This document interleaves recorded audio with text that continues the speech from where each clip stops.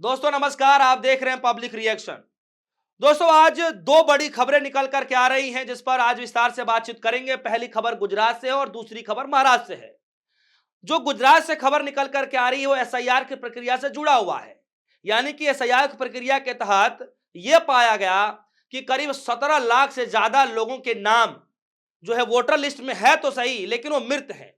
यानी उस धरती पे ही नहीं है, लेकिन वोटर लिस्ट में नाम सम्मिलित है, उनका रजिस्टर्ड है, दर्ज है। कई लाख लोग ऐसे हैं जो दूसरे जगहों पर पाए जा रहे हैं, यानी डुप्लीकेट नाम है।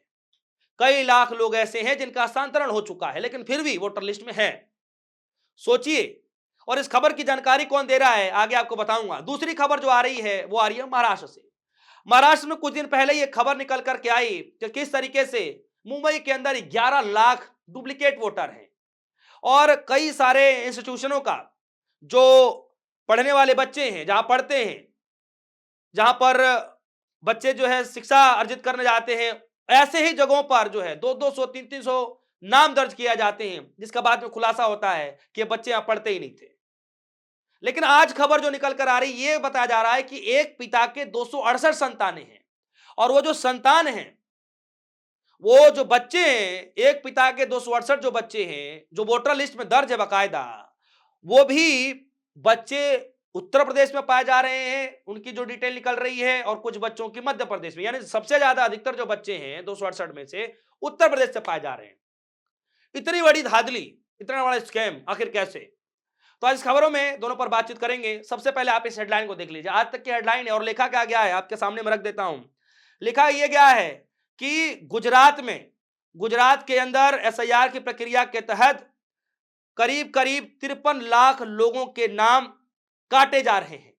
देखिए जरा खबर पर, इस खबर में क्या कुछ लिखा गया है। और लिखा गया है गुजरात में एसआईआर प्रोसेस के बीच 53 लाख नाम कटने जा रहे हैं। नाम क्यों कटने जा रहे हैं आपके सामने मैं रख देता हूं। गुजरात में वोटर लिस्ट के एसआईआर प्रक्रिया के दौरान पता चला कि 17 लाख से ज्यादा जो लोग हैं वो मृत हैं, लेकिन वोटर में अभी भी रजिस्टर्ड हैं। हैरान है, स्तब्ध करने वाली खबरें हैं कि आखिर यह कैसे हो सकता है।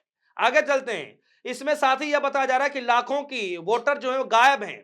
कई सारे लाख ऐसे वोटर हैं जो दोहराए गए हैं हस्तांतरण होने के बावजूद भी। और यह जानकारी कहीं और से नहीं मिल रहा है बल्कि सीईओ ने दिया है, यानी चीफ इलेक्टोरल ऑफिसर ने दिया है गुजरात के। क्योंकि एसआईआर की प्रक्रिया पूरे प्रदेश में चल रहा है, लगभग 12 राज्यों में चल रहा है और छन छन के जो है खबरें अब निकल करके आ रही हैं। खबरों में जरा आगे चलते हैं। इसमें लिखा गया है कि 17 लाख मृत वोटर अभी भी लिस्ट में शामिल थे, जबकि 6.14 लाख से ज्यादा वोटर अपने पते से गायब पाए गए। और भी यह देखा गया कि 30 लाख से ज्यादा वोटर हमेशा के लिए ही चले गए हैं। इसमें यह कहा गया बीएलओ की तरफ से कि 3.25 लाख से ज्यादा वोटर रिपीटेड कैटेगरी में मिले हैं, जिसका मतलब है कि उनके नाम से एक से ज्यादा दूसरे जगहों पर होंगे। यह गुजरात से खबर निकल कर आ रहा है। सोचिए कि कुछ दिन पहले लोकसभा का चुनाव होता है, किस तरीके से वहां पर विधानसभा का चुनाव होता है, लेकिन तब तक ये गड़बड़ियां नहीं सामने आती हैं। लेकिन आज एसआईआर की प्रक्रिया के बीचों बीच किस तरीके से इतनी भारी गड़बड़ी निकल करके आ रही है। सोचिए 17 लाख, वो भी मृत। नाम मरने के बाद भी उन लोगों के नाम आज भी रजिस्टर्ड थे, पाए गए हैं।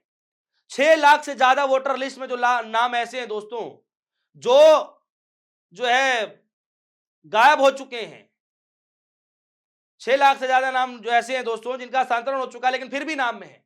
30 लाख से ज्यादा लोग तो लिस्ट से ही गायब हैं। और यह बताया जा रहा है कि 3 लाख से ज्यादा लोग वोटर हैं जो डुप्लीकेट हैं। और ये सारा मसला कहीं और से नहीं बल्कि गुजरात से आ रहा है। इसीलिए कहा जा रहा है कि 53 लाख नाम कटने जा रहे हैं गुजरात से। सोचिए 53 लाख। और बिहार में क्या हुआ था? बिहार में 60 लाख से ज्यादा लोगों के नाम काट दिए गए।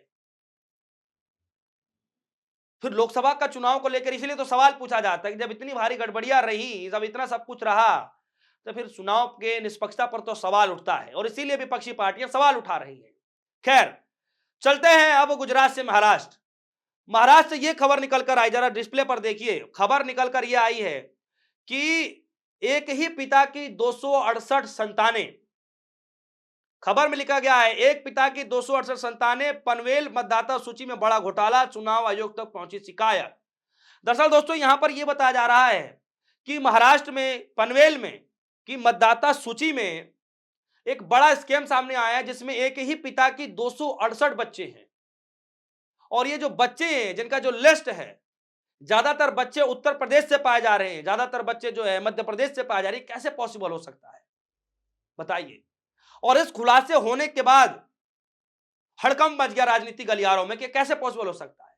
मत भूलिए कि महाराष्ट्र के अंदर कायदे में यह खबरें चली और बनाया भी गया, बताया भी गया कि खुद मुंबई के अंदर में 11 लाख डुप्लीकेट वोटर पाए गए। खुद जो है शिवसेना के जो लोग हैं, आदित्य ठाकरे, राज ठाकरे, उद्धव ठाकरे, सब लोग जो है सड़कों पर उतरकर वोट चोरी के खिलाफ जो है प्रदर्शन करते हैं, जबकि अनुमति नहीं मिलती है। लेकिन फिर भी इतनी भारी संख्या में लोग वहां मौजूद होते हैं कि सोचिए अगर परमिशन मिलती तो कितनी संख्या हो जाती वहां पर। प्रदेश ही जाम हो जाता, सड़कें जाम हो जाती। लेकिन ये सब होने के बावजूद भी साफ तौर पर जब उधर से कहा गया कि जब तक वोटर लिस्ट में शुद्धिकरण नहीं होता है तब तक आप निकाय चुनाव नहीं कराइए, लेकिन फिर भी निकाय चुनाव होता, और होता क्या है अंत में कि 2 फर्जी वोटर मतदानों को पकड़ा भी जाता है, गिरफ्तार भी किया जाता है, लेकिन छूट के चले जाते हैं, फरार हो जाते हैं। खबरें निकल करके आती हैं। और एक मतदाता तो यहां तक ये कहता है कि वो घर से निकलता तो है मतदान करने के लिए, लेकिन उसको पता चलता है कि पहले ही उसका वोट किसी और ने डाल दिया। अब इस खबर पर एक पिता के 268 बच्चे, इस खबर को लेकर के हंगामा मच चुका है और यह कहा जा रहा है कि राज्य के जो चुनाव आयोग हैं, जो निर्वाचन सदन के जो वहां के हेड होते हैं उत्तर प्रदेश के, वहां तक ये पूरी खबर पहुंचा दी गई है, शिकायत पहुंचा दी गई है। लेकिन शिकायत पहुंचाने के बाद क्या कार्रवाई होगी, इस पर जो है जानना बहुत जरूरी हो जाता है, क्योंकि राहुल गांधी के द्वारा जो आरोप लगाए गए वो तो चुनाव आयोग तक पहुंच ही रहा है, मुख्य चुनाव आयोग तक, ज्ञानेश कुमार तक। लेकिन कार्रवाई के तौर पर क्या हो रहा है ये पता नहीं चल पा रहा है। तो दोस्तों, इस खबर पर आपकी क्या राय है? क्या सच में इतना सब कुछ जब नतीजे निकल कर आ रहे हैं, जब इतना सब कुछ जो है डिटेल निकल करके सामने आ रहे हैं, राजनीतिक गलियारों में हड़कंप मच चुका है, तो क्या लगता है सच में चुनाव आयोग इस पर गंभीरता से लेगा और इस मसले को निपटारा कराने के लिए कोई बड़ा कदम उठाएगा? जो भी कुछ होगा, आपकी जो राय होगी वीडियो कमेंट सेक्शन में जाइएगा, अपनी राय जरूर रखिएगा। फिलहाल के लिए दीजिए इजाजत, देखते रहिए पब्लिक रिएक्शन। धन्यवाद।